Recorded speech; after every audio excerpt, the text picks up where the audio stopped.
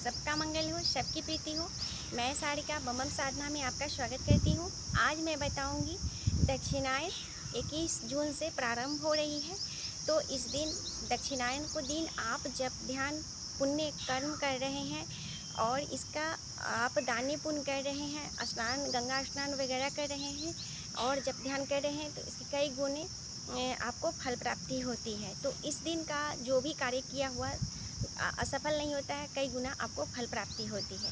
तो इस दिन 21 तारीख से लेकर के 21 जून से लेकर के और आपको 23 अगस्त तक वर्षा ऋतु प्रारंभ हो रही है।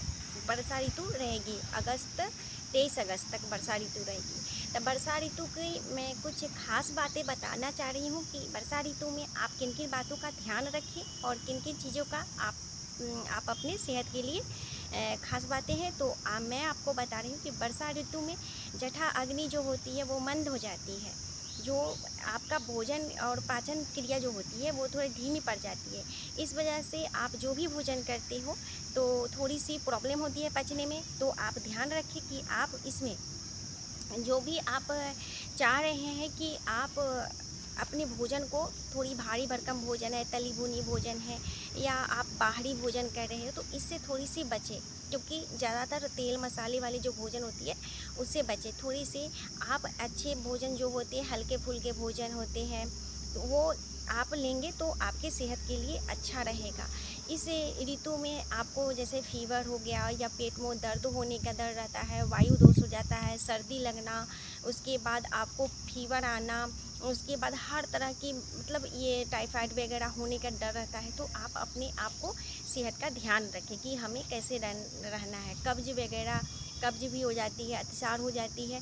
तो ये सब का आपको ध्यान रखना है कि मुझे अपने सेहत का कैसे क्या करना है, नहीं करना है। इस ऋतु में अधिक से अधिक अगर जब आपको जैसे 15 दिन पर एकादशी आती है, अधिक से अधिक उपवास रखें। 15 दिन पर एकादशी आती है, आप 15 दिन में एक बार एकादशी कर लेते हैं तो आपके जो भी पेट की अच्छी तरह से सफाई हो जाती है। तो ये भी आप ध्यान रखें कि आप खाए जा रहे हो और अपने पेट को थोड़ी सी आप जैसे राहत नहीं देते हो तो आपका ये भी प्रॉब्लम होता है। तो आप एकादशी जो 15 दिन पर एकादशी आती है वो भी आप एकादशी करते हो तो आपके उपवास अगर कर रहे हो, जैसे कि 1-2 हफ्ते में अगर जब 1-2 हफ्ते में आप उपवास रख रहे हो तो भी आपके सेहत के लिए काफ़ी लाभकारी होगा। उसके बाद इस ऋतु में पीने के पानी को अच्छी तरह से उबाल के पिएं। इससे होगा क्या कि आप जब भी आप उबाल के पानी पीते हो तो आपके जो भी उसमें जैसे पानी को उबाल के पियोगे, उसके बाद उबाल लो और उसके बाद थोड़ी देर उसको ठंडे कर लो, ठंडा करके तब उसके बाद पानी पियो, तब आपके सेहत के लिए अच्छा रहेगा। उसके बाद जो भी आप स्नान भी कर रहे हो, अगर स्नान कर रहे हो तो उस पानी को थोड़ी सी गर्म कर लो, उसके बाद ठंडा करके उसके बाद स्नान करो। इससे आपके त्वचा के लिए काफ़ी लाभकारी होगा। तो आप इस बातों का ध्यान रखें। अगर साफ़ पानी है तो ठीक है, अगर गंदे पानी है तो आप उसको उबाल करके ही स्नान करें तो आपके लिए अच्छा होगा, आपकी त्वचा के लिए अच्छा होगा। अगर आपके त्वचा में थोड़ी सी खुजली वगैरह चाहे कुछ भी प्रॉब्लम आती है, त्वचा में कुछ भी प्रॉब्लम हो जा रही है तो आप करें क्या कि पानी में थोड़ी सी फिटकिरी मिला लें। उसके बाद आप उसमें जैसे नीम के पत्ती हो तो उसको नीम को पत्ती को उबाल करके और उससे थोड़ी ठंडा करके उसके बाद स्नान कर ले। इससे भी आपकी त्वचा के जो भी प्रॉब्लम होगा वो ठीक हो जाएंगे। इस बात का भी आप ध्यान रखें। उसके बाद है कि भारी भोजन, जैसे कि भारी भोजन हो गया, तला भुना हो गया। उसके बाद है कि जैसे कि ब्रेड हो, जैसे कि आपको मैदा से बना हुआ भोजन हो गया, केक हो गया, मिठाई हो गया, अंकुरित भोजन हो गया, पत्तेदार सब्जी वाले सब्जी हो गए, ये सब नहीं खाने हैं आपको। ये सब खाने में इसमें जैसे कि बारिश के मौसम आते हैं तो नमी आ जाती है, नमी हर चीज़ में नमी आ जाती है। जैसे हवा में नमी आती है, उसके बाद पेड़ पौधे हर चीज़ में नमी आती है। तो इसका ध्यान रखते हुए इन भोजन का आपको त्याग करना है। उसके बाद इस भोजन को ना करें, इससे आपका सेहत ठीक रहेगा।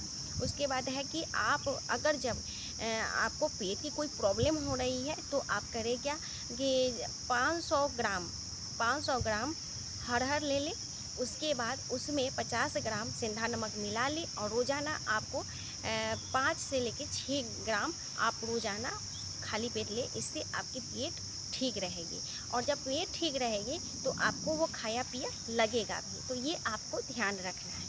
उसके बाद है, उसके बाद आप करना है कि जैसे कि आपके देवशयनी जो एकादशी आ रही है उस दिन से, जैसे अभी तो आम का मौसम है, आम खा रहे हो, तो जैसे देवशयनी एकादशी से आप आम भी जो है आम भी ना खाएं।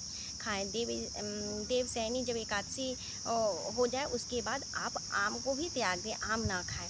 उसके बाद है अति ज़्यादा बहुत सारे व्यायाम करना, बहुत ज़्यादा व्यायाम करना, उसके बाद स्त्री सेवांग करना, रात्रि में जगना, उसके बाद आपको जैसे दिन में सो जाना। दिन में तो जैसे वर्षा ऋतु में दिन में तो सोना ही नहीं चाहिए, इससे आपको प्रॉब्लम होती है।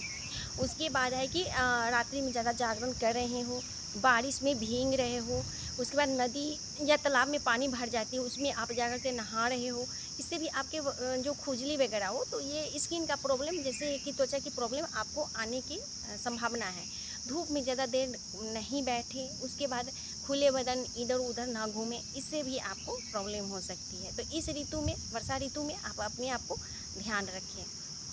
इसके बाद इस ऋतु में वातावरण में नमी होती है, उसके बाद शरीर के त्वचा जो होती है उसमें भी नमी होती है। तो इसमें क्या करना है कि आपको जैसे तो ठीक से सूख नहीं पाती है, तो आप जैसे सूखे जो है कपड़े, स्नान आदि करें, तो उसके बाद सूखे कपड़े से आप अच्छी तरह से अपनी त्वचा को साफ़ कर लें। इससे आपके त्वचा में नमी वगैरह नहीं, मतलब जैसे होते हैं नमी या फुफुंदे लगने का डर रहता है, या दाने निकलने का, ये सब चीज़ आपको नहीं होगा। उसके बाद आप अपने घर के आसपास गंदगी ना फैलाएं, इससे भी आपको गंदे पानी या पानी जमा हुआ हो उस पर ध्यान नहीं दे रहे हो, तो आपको डेंगू या मलेरिया वगैरह के जो मच्छर होते हैं उसके फैलने का डर होता है। तो इस बातों का भी आपको ध्यान रखना है कि आपके आसपास कोई भी पानी, गंदे पानी वगैरह, नाली जो भी हो, तो उसको भी साफ़ रखें। अगर जब आप पानी नहीं निकाल पा रहे हो तो आप उसमें थोड़े से पेट्रोल हो या मिट्टी तेल हो, थोड़े से डाल दो, उससे भी आपके जो भी वो उसकी जो मच्छर की प्रजाति होती है वो मर जाती है। तो आपका ये ध्यान रखना है। इसके बाद इस ऋतु में टाइफाइड, डेंगू, मलेरिया, ये सब जो बीमारियां होने का बहुत मतलब ये होता है। ख़राब पानी पी रहे हो, अगर जब आपकी पानी प्रदूषित है तो आप पानी पी रहे हो, तो हैजा होने के बाद पेट के प्रॉब्लम, दस्त वगैरह हो जाती है। तो आप ये चीज़ का ध्यान रखना है, आप पानी साफ़ सुथरा पिए, अच्छे पिए, इसका भी आपको ध्यान रखें। अगर आपको डेंगू हो जा रही है, अगर आपको मलेरिया या डेंगू या कोई भी टाइफाइड वगैरह फीवर हो रही है, तो आप क्या करें, गिलोय के जो गिलोय होते हैं उसको, उसके डंठल को लिया है, उसके बाद उसको थोड़ी से उबाल दें।